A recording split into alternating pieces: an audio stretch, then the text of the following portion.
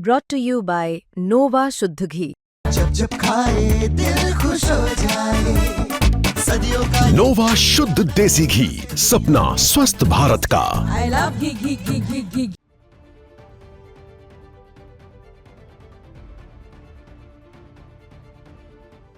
IAS IPS बनने का सपना देखने वाले यूपीएससी छात्र अगर एक कठिन परीक्षा पास कर जाएं तो उनकी ट्रेनिंग का सबसे पहला और खूबसूरत पड़ाव होता है मसूरी की वादियों के बीच स्थित Lal Bahadur Shastri national academy of administration, जिसे सब लबासना के नाम से जानते हैं। 2001 का साल था। आईएएस बनने आई अमनीत और आईपीएस बनने का सपना देखने वाले पूरन को यूपीएससी के सफर में जीवन का साथी भी मिल गया। दोनों की मुलाकात हुई लबासना में, वही लबासना जहां कई महीनों ट्रेनिंग में एक साथ रहने के बाद लोग दोस्त बन जाते हैं और कुछ लोग हमसफर। आईएएस अमनीत और आईपीएस पूरन के साथ भी ऐसा ही हुआ। दोनों 2001 बैच के अधिकारी हैं, लेकिन किसे पता था मुलाकात के 25 साल पूरे होने के साथ जिंदगियां बदल जाएंगी। जातिगत भेदभाव का सामना करते हुए आईपीएस पूरन जान दे देंगे, पत्नी अमनीत अकेली हो जाएंगी। जिस वक्त आईपीएस पूरन अपनी जिंदगी को खत्म कर रहे थे, उस दौरान आईएएस अमनीत हरियाणा के सीएम के साथ जापान दौरे पर ड्यूटी दे रही थी। वो उस महत्वपूर्ण डेलीगेशन का हिस्सा थी जिसे नायब सिंह सैनी के साथ जापान जाना था। अमनीत जापान में ड्यूटी दे रही थी कि इधर आईपीएस पूरन की तरफ से एक नोट आता है, वसीयत भी भेजी जाती है। आईएएस अमनीत ने जब देखा तो 15 बार कॉल किया, लेकिन एक भी कॉल रिसीव नहीं हुआ। आईएएस अमनीत ने अपनी छोटी बेटी अमूल्य से कहा कि वो पिताजी से बात करवाए। बेटी पहुंची तो पिता आईपीएस पूरन सोफे पर पड़े थे। खबर सुनकर आईएएस अमनीत जापान दौरा छोड़कर भारत लौटती हैं और लड़ती हैं अपने पति की लड़ाई। आईपीएस पूरन अपने नोट में साफ कह गए कि वो लगातार जातिवाद के कारण की जा रही प्रताड़ना, सामाजिक तौर पर बहिष्कार, मानसिक पीड़ा और अत्याचार अब और नहीं सहन कर पा रहे। आईएएस अमनीत ने नोट पढ़ा तो पति की लड़ाई को अपना बना लिया, सीधे डीजीपी शत्रुजीत को ही घसीट लिया। चंडीगढ़ में कंप्लेंट दी, एफआईआर दर्ज कराने की मांग की। कहा कि डीजीपी शत्रुजीत सिंह कपूर और रोहतक एसपी नरेंद्र बिजरानिया के खिलाफ एफआईआर हो, उन्हें गिरफ्तार किया जाए। एक पत्नी और वो भी प्रभावशाली पद पर बैठी आईएएस की चीख इतनी दूर गई कि डीजीपी पर एफआईआर हो गई। वैसे तो आईपीएस पूरन जो नोट छोड़ गए उसमें 3 आईएएस और 12 आईपीएस अफसरों के नाम हैं। इनमें से 11 अहम पदों पर पोस्टेड हैं। उन सभी के खिलाफ अब एफआईआर हो गई है। ये एक बड़ी जीत है। यकीनन पूरन कुमार की अधूरी जंग अब पत्नी आईएएस अमनीत लड़ रही हैं। आईपीएस पूरन बार बार अपने नोट में लिखते हैं कि उनके खिलाफ झूठी शिकायतें दर्ज करवाई गई। मुख्य आरोपों में शामिल है जातिगत भेदभाव। पूर्व डीजीपी मनोज यादव पर आरोप लगाया कि अंबाला में एक पुलिस थाने में मंदिर जाने के बाद जातिगत भेदभाव और मानसिक उत्पीड़न शुरू किया। पूर्व डीजीपी पीके अग्रवाल पर आरोप लगाया कि ये मेरे बैचमेट थे, लेकिन लगातार मेरे खिलाफ भेदभाव पूर्ण जाति आधारित मानसिक उत्पीड़न करने वालों में वो शामिल रहे। आईएएस टीवीएसएन प्रसाद पर भी आरोप लगाया कि भेदभाव पूर्ण जाति आधारित मानसिक उत्पीड़न करने वालों में वो भी शामिल रहे।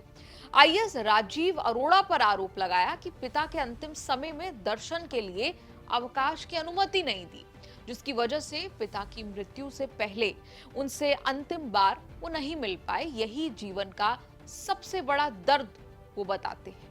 अब इस अधूरी लड़ाई को पूरा करने की कवायद में है IAS Amneet. IAS Amneet IIT Madras से हेल्थ इकोनॉमी में डॉक्टरेट की पढ़ाई कर चुकी हैं। उनके पास अर्थशास्त्र और इतिहास में डिग्री है। ग्रेजुएशन और पोस्ट ग्रेजुएशन की पढ़ाई उन्होंने पंजाब यूनिवर्सिटी से की। अपने कार्यकाल के दौरान अमनीत कुमार ने स्वास्थ्य, वित्त और औद्योगिक विकास सहित अलग अलग विभागों में अहम भूमिका निभाई। उनके कुछ जरूरी योगदान जो है उनके लिए उन्हें पुरस्कार मिले हैं, जिसमें लबासना से directorates gold medal, Scotch gold award, Indian Express public health care award 2018, the Outlook Poshan award 2019 और अटल बिहारी वाजपेयी सुशासन पुरस्कार 20 इसमें शामिल हैं। आईएएस अवनीत फिलहाल हरियाणा सरकार के डिपार्टमेंट ऑफ फ्यूचर की कमिश्नर और सेक्रेटरी के तौर पर काम कर रही हैं। महिला और बाल विकास विभाग में उनके कार्यकाल के दौरान उन्हें अभूतपूर्व प्ले स्कूल पॉलिसी में उनके काम के लिए उनकी खूब सराहना हो चुकी है। हरियाणा सरकार के डिपार्टमेंट ऑफ फ्यूचर की कमिश्नर और सेक्रेटरी के पद के अलावा वो सिविल एविएशन डिपार्टमेंट और फॉरेन कोऑपरेशन डिपार्टमेंट की कमिश्नर और सेक्रेटरी का अतिरिक्त कार्यभार भी संभाल रही हैं और फिलहाल लड़ रही हैं अपने पति के लिए जंग। आपका इस पूरी रिपोर्ट पर क्या कुछ कहना है? कमेंट्स में लिखकर अपनी राय जरूर दें। भारत पाकिस्तान मैच को लेकर आपका गुस्सा जो है बड़ा स्वाभाविक था और बहुत सारे लोगों ने भी इस पर अपना गुस्सा जताया। ये सुनील गावस्कर ने कहा था कि ये बीसीसीआई का फैसला नहीं है, ये सरकार ने लिया हुआ फैसला है। क्या आपको लगता है कि ओवैसी साहब ने ऑपरेशन सिंदूर के बाद सरकार के साथ खड़े होकर विदेश में भारत की बात उठाकर एक तरह से कोई रिग्रेट किया, क्योंकि उस सरकार ने ऑपरेशन सिंदूर और पहलगाम हमले को बुलाकर उसी पाकिस्तान के साथ मैच खेलने का फैसला किया? देखिए, ओवैसी साहब ने पहली बार नहीं, 2012 में भी जब ओवैसी साहब एक डेलीगेशन का हिस्सा बने थे और पाकिस्तान गए थे, तो वहाँ बैठ के पाकिस्तान के चैनल पे पाकिस्तानों की धज्जियाँ उड़ा के आए। और यकीनन जब भारत देश के ऊपर कूदे तो हम सब एक साथ खड़े, कांधे से कांधा मिलाकर हम हमारे वीर जवानों के साथ खड़े थे, खड़े रहेंगे। और ये पहले दिन से हम बोल रहे हैं, जब से बोला था हमने कहा कि सरकार जो भी फैसला लेगी पाकिस्तान के खिलाफ हम सब उसका साथ देंगे। सरकार ने ऑपरेशन सिंदूर किया, हमारे बहादुर सेना ने जाके आतंकवादियों के जो खेमे थे, कैंप्स को नेस्तो नाबूद कर दिया। ऑपरेशन महादेव हो गया। लेकिन ये सब होने के बाद अब सोचिए ना, इमोशनल भी तो है कि पाकिस्तान आतंकवादी आता है पहलगाम में, बेगुनाह बेकसूर पर्यटकों को उनके बीवी बच्चों के सामने मजहब की बुनियाद पे मजहब पूछ के मार देता है, कत्ले आम कर देता है उनका। वो पाकिस्तान जिसने पुलवामा किया, वो पाकिस्तान 26/11 कर दिया मुंबई में, पहलगाम किया।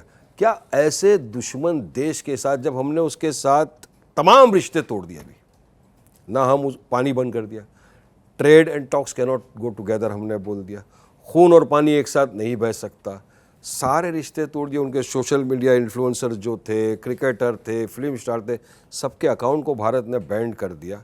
तो फिर मेरा सवाल ये है कि मोदी ने क्यों नहीं रोका भारत पाकिस्तान की मैच होने को?